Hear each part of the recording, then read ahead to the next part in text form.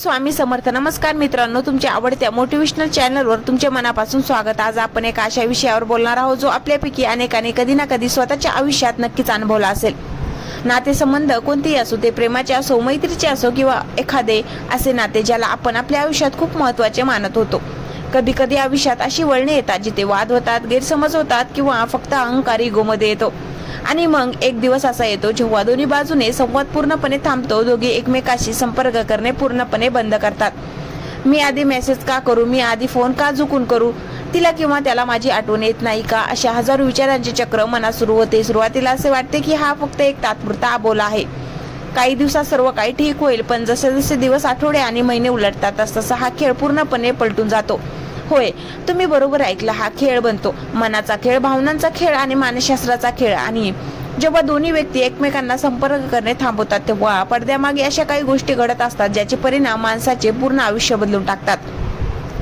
आजच्या विशेष भागामध्ये आपण अगदी सविस्तरपणे पाहणार आहोत की जेव्हा दोघे एकमेकांना संपर्क करणे थांबवतात तेव्हा मानसिक आणि भावनिक पातळीवर खेळ नेमका कसा पलटतो, त्यामुळे आपण काय धडा घेतला पाहिजे आणि या कठीण परिस्थितीतून स्वतःला बाहेर काढून एक मजबूत आत्मसन्मान असलेली आणि यशस्वी व्यक्ती म्हणून कसे उभे राहायचे.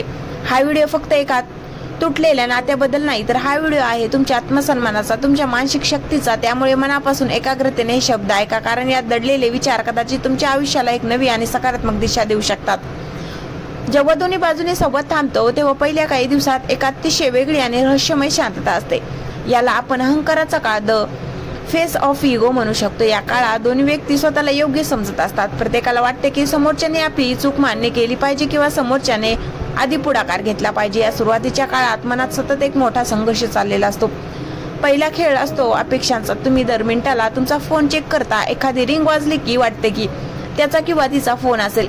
एकदा मेसेज आला की वाटते की समोरून काहीतरी आले असेल, पण जेव्हा तिथे काहीच नसते तेव्हा ही अपेक्षा माणसाला आतून पोखरत राहते. दुसरा खेळ असतो मनातील काल्पनिक संवादाचा.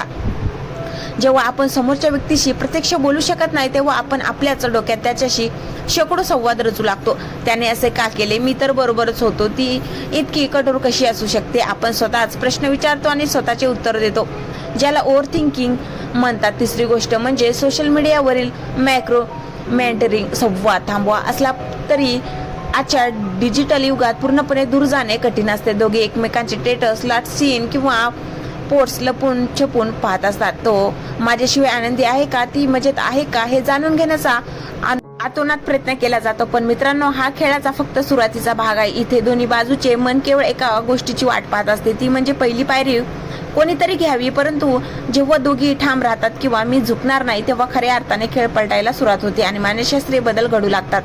खेळ नेमका कसा पलटतो हे आता समजून घ्या. जेव्हा संपर्क पूर्णपणे तुटतो आणि परत येण्याचा कोणताही मार्ग उरत नाही तेव्हा मानवी मनाची रचना बदलू लागते. यात पहिली गोष्ट घडते ती म्हणजे वास्तवाचा स्वीकार, ऍक्सेप्ट ऑफ रियालिटी. सुरुवातीला जो राग आणि अहंकार असतो तो वेळ निघून गेल्यावर हळूहळू कमी होतो आणि रागाची जागा आता एका मोठ्या रिकामपणा घेते. जेव्हा माणसाला जाणीव होते की समोरची व्यक्ती आता खरंच त्याच्या आयुष्यात नाही किंवा ती स्वतःहून संपर्क करणार नाही, तेव्हा माणसाला वास्तवाचा स्वीकार करावा लागतो. या काळात ज्या व्यक्तीला वाटत होते की ती समोरच्या व्यक्तीशिवाय खूप आनंद राहील, तिला अचानक त्या व्यक्तीची खरी किंमत, तिचे महत्त्व कळू लागते. खेळ इथेच पलटतो. ज्याला स्वतःच्या अहंकाराचा अति अभिमान होता तो आता आतून हळवा आणि अस्वस्थ होऊ लागतो.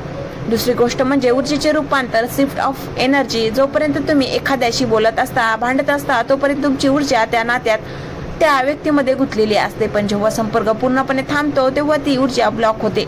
सुरुवातीला ही ब्लॉक झालेली ऊर्जा तुम्हाला त्रास देते, अस्वस्थ करते, नैराश्य आणू शकते. पण जर तुम्ही हुशार असाल तर तुम्ही या ऊर्जेचा वापर स्वतःच्या विकासासाठी करू शकता. ज्या क्षणी तुम्ही ती ऊर्जा नात्यावरून हटवून स्वतःवर केंद्रित करता, खेळ तिथूनच पूर्णपणे फिरतो. तिसरी आणि सर्वात महत्त्वाची गोष्ट म्हणजे रहस्यमयतेची ताकद, द पॉवर ऑफ मिस्ट्री. जेव्हा तुम्ही समोरच्या व्यक्तीला मेसेज करणे, फोन करणे किंवा त्याच्याबद्दल लोकांकडे चौकशी करणे पूर्णपणे बंद करता तेव्हा तुम्ही याच्यासाठी एक रहस्यमय बनता. मानवी स्वभावाची एक प्रवृत्ती आहे, ज्या गोष्टी सहज उपलब्ध असतात त्याची किंमत कधीच होत नाही. पण जेव्हा तुम्ही अचानक दिसेनासे होता, शांत होता, तेव्हा समोरच्या व्यक्तीच्या मनात शंका आणि भीती निर्माण होते. हा माणूस इतका शांत कसा राहू शकतो, माझी आठवण त्याला येत नसेल का, त्याच्या आयुष्यात दुसरे कोणी आले आहे का. तुमची शांतता समोरच्या व्यक्तीच्या मनावर अधिक प्रभाव पाडते, जो प्रभाव हजारो शब्द बोलून किंवा वाद घालूनही कधीच पडला नसता. आता या संपूर्ण परिस्थितीचा वापर स्वतःला शक्तिशाली बनवण्यासाठी कसा करायचा हे पाहूया. जर तुमच्या आयुष्यात सध्या अशी शांतता असेल तर काही गोष्टी काळ्या दगडावरच्या रेषेसारख्या लक्षात ठेवा. पहिली गोष्ट, शांततेला तुमची ताकद बनवा. शांत राहणे म्हणजे तुम्ही कमजोर आहात किंवा तुम्ही युद्ध हरला आहात असा होत नाही. याचा अर्थ असा आहे की तुम्ही तुमच्या भावनावर नियंत्रण मिळवले आहे. समोरच्या व्यक्तीला तुमच्या शांततेचे उत्तर तुमच्या शब्दाने नाही तर तुमच्या यशाने द्या. दुसरी गोष्ट, स्वतःवर गुंतवणूक करा. जो वेळ तुम्ही आधी चॅटिंग करण्यात, फोनवर तासनतास बोलण्यात किंवा त्याच्याबद्दल विचार करण्यात वाया घालवत होता, तो वेळ आता जिम मध्ये स्वतःचे शरीर घडवण्यासाठी द्या. एखादे नवीन कौशल्य, स्किल शिकण्यासाठी द्या. चांगली पुस्तके वाचण्यासाठी द्या किंवा तुमच्या करिअरवर पूर्ण ताकदीने लक्ष केंद्रित करण्यासाठी वापरा. जेव्हा तुम्ही स्वतःला बदलता, तुमची राहणीमान सुधारते, तुमचे विचार प्रगल्भ होतात, तेव्हा जग तुमच्याकडे एका वेगळ्या आणि आदराच्या दृष्टीने पाहू लागते. तिसरी गोष्ट, भावनिकदृष्ट्या स्वतंत्र व्हा. आपल्या आनंदाची चावी कधी दुसऱ्याच्या व्यक्तीच्या हातात देऊ नका. जर कोणाचा फोन आला तरच माझा दिवस चांगला जाईल, जर कोणी माझ्याशी बोलेल तरच मी आनंदी राहीन, हा परावलंबी विचार मनातून पूर्णपणे काढून टाका. तुम्ही स्वतःमध्ये पूर्ण आहात. तुमचे स्वतःचे एक अस्तित्व आहे. कोणाच्या येण्याने किंवा जाण्याने तुमचे अस्तित्व संपत नाही. चौथी गोष्ट, माफ करा आणि पुढे जा. मनात राग, द्वेष किंवा सुडाची भावना ठेवून जगणे म्हणजे स्वतःच विष पिऊन समोरच्याच्या मरणाची वाट पाहण्यासारखे आहे.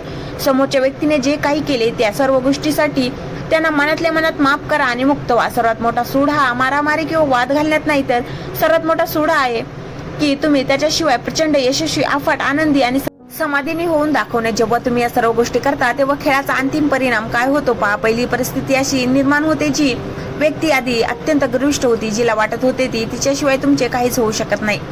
ती व्यक्ती जेव्हा तुम्हाला तिच्याशिवाय अधिक आनंदी, अत्यंत यशस्वी आणि स्वतःच्या आयुष्यात मस्त पाहते, तेव्हा तिचा अहंकार पूर्णपणे चकणाचूर होतो. ती व्यक्ती मनातल्या मनात पश्चाताप करू लागते की आपण एका चांगल्या व्यक्तीला गमावले. दुसरी परिस्थिती म्हणजे तुम्ही त्या नात्याच्या, त्या व्यक्तीच्या आणि त्या जुन्या आठवणीच्या खूप पुढे निघून गेलेले असता. आता तुम्हाला या गोष्टीने अजिबात फरक पडत नाही की समोरचा मेसेज येतोय की नाही किंवा तो काय करतोय. तुम्ही मानसिकदृष्ट्या इतके परिपक्व, मॅच्युअर आणि मजबूत बनता की आयुष्यातील कोणतेही वादळ आता तुम्हाला हलवू शकत नाही. मग मला सांगा, शेवटी हा खेळ कोणी जिंकला? हा खेळ तुम्ही जिंकला, कारण तुम्ही एका तुटलेल्या नात्याच्या दुःखाचे, त्या अपमानाचे रूपांतर स्वतःच्या यशाच्या गाथेत केले. तुम्ही जगाला आणि स्वतःला दाखवून दिले की तुमची खरी किंमत काय आहे. आयुष्याचा हा प्रवास सांगतो की इथे माणसं येतील, जातील. काही माणसे आपल्याला प्रेम द्यायला येतात, तर काही माणसे आपल्याला आयुष्यभराचा एक मोठा आणि कडू धडा द्यायला येतात. जेव्हा दोघी एकमेकाशी संपर्क थांबवतात तेव्हा त्या शांततेचा आधार करा. स्वतःचा आत्मसन्मान जपा. जबरदस्तीने कोणाच्याही आयुष्यात जागा मिळण्याचा किंवा त्यांच्या मागे लागण्याचा प्रयत्न कधीच करू नका, कारण भीक मागून मिळालेले प्रेम, मैत्री किंवा आधार कधीच टिकत नाही आणि त्याला काही अर्थही नसतो. तुमचा आत्मसन्मान सर्वात वर ठेवा. स्वतःवर काम करा, प्रचंड मेहनत करा, स्वतःला सिद्ध करा आणि इतके मोठे व्हा की ज्यांनी आज तुम्हाला सोडून दिले आहे, ज्यांनी तुमच्या शांततेची किंमत केली नाही, त्यांनी उद्या तुमच्याशी 2 मिनिटे बोलण्यासाठी सुद्धा वेळ मागितली पाहिजे. हा विचार, ही ऊर्जा स्वतःमध्ये जिवंत ठेवा आणि आयुष्याच्या मैदानात कधी हार मानू नका. मित्रांनो, आता आपण या खेळाच्या अशा टप्प्यावर आलो आहोत जिथे सर्वात मोठा मानसिक बदल घडू लागतो. तेव्हा संवाद थांबून अनेक महिने उलटतात. तेव्हा दोन्ही व्यक्तीच्या आयुष्यात रियालिटी चेक म्हणजेच वास्तवाचा सामना करण्याची वेळ येते. सुरुवातीला जो राग आणि आवेश असतो तो आता पूर्णपणे शांत झालेला असतो. या काळात माणसाला एक अत्यंत महत्त्वाची गोष्ट समजते, ती म्हणजे कोणीही कोणासाठी थांबत नाही, आयुष्य चालूच राहते. पण या प्रवासात दोन्ही बाजूच्या मानसिकतेत जो फरक पडतो तिथूनच खेळाचा पुढचा अंक सुरू होतो. आता विचार करा, समोरच्या व्यक्तीच्या मनात या काळात काय चाललेले असेल.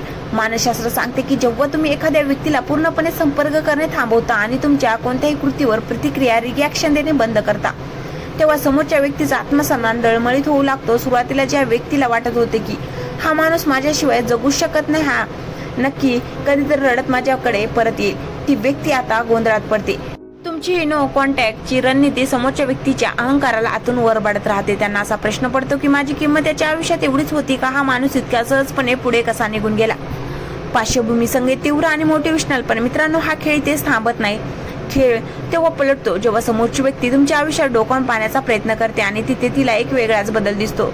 समजा संवाद थांबल्यानंतर तुम्ही देवदास बनून स्टेटस ठेवत राहिला, दुःखाचे गाणे ऐकत राहिला, तर समोरच्या व्यक्तीला एक मानसिक समाधान मिळते. त्यांना वाटते, बघा मी अजूनही याच्या मनावर राज्य करते.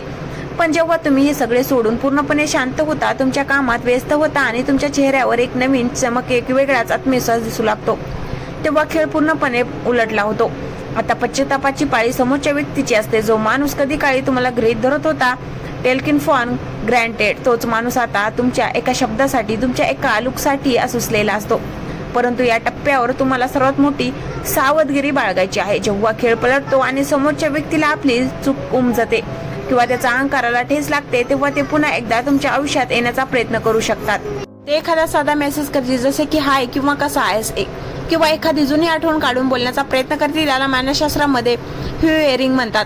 म्हणजे गेलेली व्यक्ती पुन्हा एकदा तुम्हाला त्या जुन्या चक्रात ओढण्याचा प्रयत्न करते. इथेच तुमच्या आत्मसन्मानाची खरी परीक्षा असते. जर तुम्ही तो एक मेसेज पाहताच पुन्हा वितळात पुन्हा जुन्या आठवणीमध्ये वाहून गेलात आणि त्यांना लगेच उपलब्ध झालात तर तुम्ही जिंकलेला खेळ पुन्हा एकदा हारू शकता. समोरच्याला वाटेल की हा अजूनही माझ्यात नियंत्रणात आहे. म्हणून जेव्हा खेळ पलटतो तेव्हा स्वतःवर नियंत्रण ठेवा. जर समोरची व्यक्ती खरोखरच पश्चाताप करत असेल, त्यांना त्यांच्या चुकीची प्रामाणिक जाणीव झाली असेल तर गोष्टी वेगळी आहे. पण जर ते फक्त त्याचा अहंकार सुजवण्यासाठी किंवा तुम्ही अजूनही त्याच्या मागे आहात आहे हे तपासण्यासाठी आले असतील तर त्यांना तुमच्या आयुष्यात पुन्हा स्थान देऊ नका. लक्षात ठेवा, शांततेचा अर्थ असा नाही की तुम्ही पळपुटे आहात. शांततेचा अर्थ असा आहे की तुम्ही आता कचरा गोळा करणे बंद केले आहे. तुम्ही तुमच्या आयुष्याची किंमत ओळखली आहे. ज्या नात्याने तुम्हाला अश्रू दिले, ज्या नात्याने तुमच्या आत्मसन्मानाला ठेस पोहोचली, त्या नात्यासाठी पुन्हा स्वतःला कमी लेखू नका. विजयाच्या भावनेची अत्यंत प्रेरणादायक या संपूर्ण प्रक्रियेत एक गोष्ट निश्चित घडते. तुम्ही मानसिकदृष्ट्या अपग्रेड होता. तुमच्या मनाची ताकद इतकी वाढते की उद्या आयुष्यात कोणीही व्यक्ती आली किंवा गेली तरी तुमच्या मानसिक शांततेला कोणी धक्का लावू शकणार नाही. तुम्ही हे शिकत आहात. नाते टिकवणे जितके महत्वाचे आहे तितके स्वतःचा आधार जाणणे महत्वाचे आहे. जिथे आधाराची जागा संपते तिथे नातेचा अंत होणेच योग्य असते.